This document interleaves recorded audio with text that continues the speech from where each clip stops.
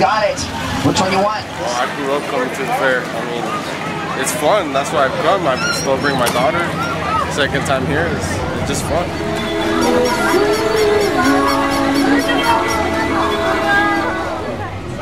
And we got custom air brushing here for you on your left hand side. That's a pretty cool balloon now. I didn't think it was gonna rain, but Yeah, you know. it sucks with the rain. But we're just gonna buy some anime stuff and then just eat some food. Yeah. Maybe no rides today.